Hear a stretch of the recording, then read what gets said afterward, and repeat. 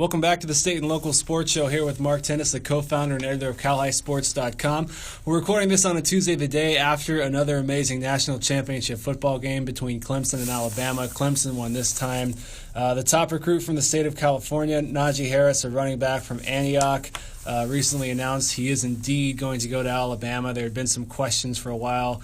Is he considering Michigan? Is he even considering Cal? For a while, we thought he was just going to show up on campus somewhere, and that's how it would be done. But it seems like more of a close to cemented thing since he can't actually sign until next month. I know you've had a little bit of personal interaction with Najee as he was your Mr. Football State Player of the Year last year, and he's a different dude because you kind of tell people about him who might not have heard about his personality. He has kind of a playful, almost artistic personality, and he plays around with reporters a little bit. He has a nice personality. He jokes around. He's not that serious about some stuff. He'll joke around, and hopefully he'll kind of keep that as long as he can before he gets kind of jaded by the media. And so far he hasn't been. And when he was at the Nike event last spring, you know, a lot of the national recruiting guys, you know, he knows them already, and he didn't talk to them at all about recruiting, but he still talked to them and was personable, and hopefully he has that sort of attitude about the media, you know, moving forward in his career, and doesn't become more negative and dealing with the press.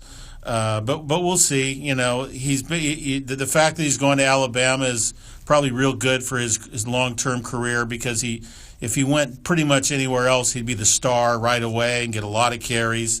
At Alabama, he's probably not going to get nearly as many carries because there's so many other good players. He may not necessarily get in line behind too many guys, but there's so many other great running backs there that they're going to take away a lot of his carries. And that, for him, is probably what you have to look at, because he's got only a limited number of carries in his body, like all great running backs, and you want to be paid in the NFL for as many of those carries as possible.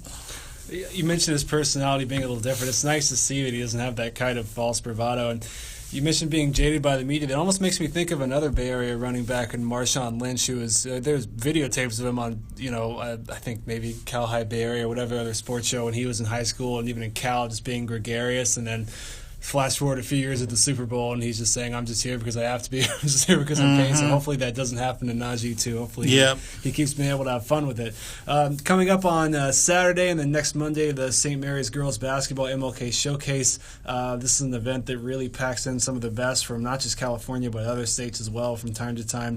How does this compare to other showcases across the country? Because the Martin Luther King Day Showcase has become really this giant entity in high school basketball. Yeah, they have both on the boys and the girls side, and this one is great, and it's great because it's right down the street. We don't have to travel and get in the car and drive 2 hours or anything. It's 4 minutes away from your office. It's awesome. No, it's great, and it does seem to get a little bit better every year. It gets a little bit better every year. You know, this year there was a good chance that we were going to have on the Monday games the number 1, the number 2, and the number 3 teams in the state playing in back-to-back-to-back games. Well, unfortunately, of course, St. Mary's lost last Saturday to Carondelet, so they're now no longer third. But Archbishop Mitty is number 2. They're playing at 11:30 on Monday.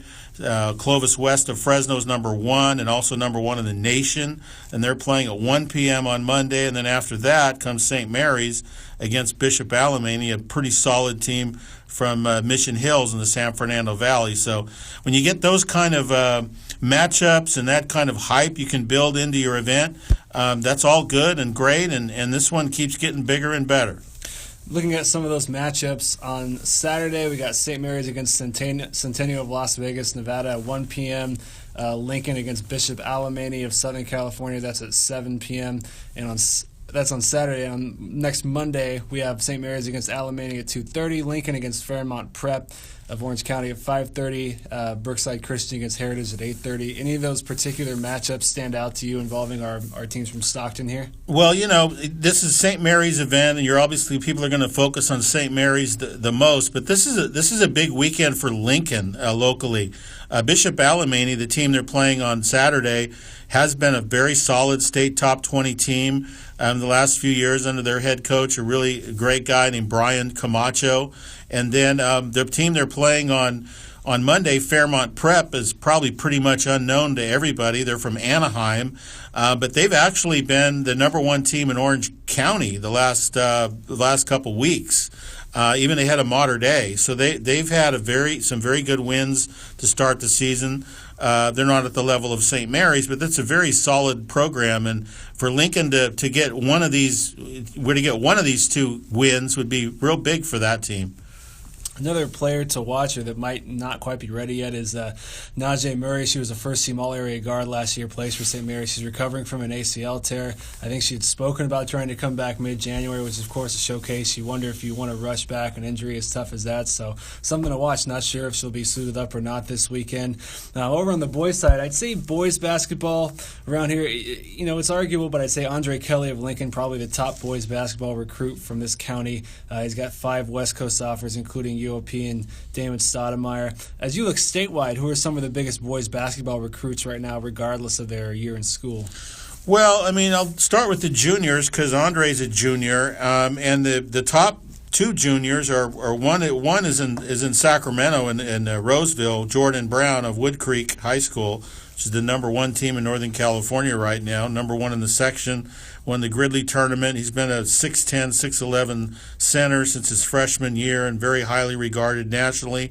He probably was the number 1 recruit in the state in that class until Marvin Bagley moved in from Arizona and is now at Sierra Canyon of Chatsworth. So Marvin is probably, a lot of people think, is the number 1 junior in the whole country. And Sierra Canyon has been number 1 as a team in the country. They're not right now, but so Marvin is now probably the number 1 kid in the class. Jordan's number 2, and Andre is certainly keeps moving up slowly up the charts. Seniors, you got, of course, LeAngelo Ball of Chino Hills. The next Ball brother is a senior. There's some other very good. Jalen Hands is a big-time point guard out of Foothills Christian in El Cajon, and has been spectacular this season. He's a type of kid that I think 5, 6, 7 years from now you might be saying, oh, this is the next, high-scoring, big-time point guard in the NBA from California. And right now we have a ton of them in the NBA from California.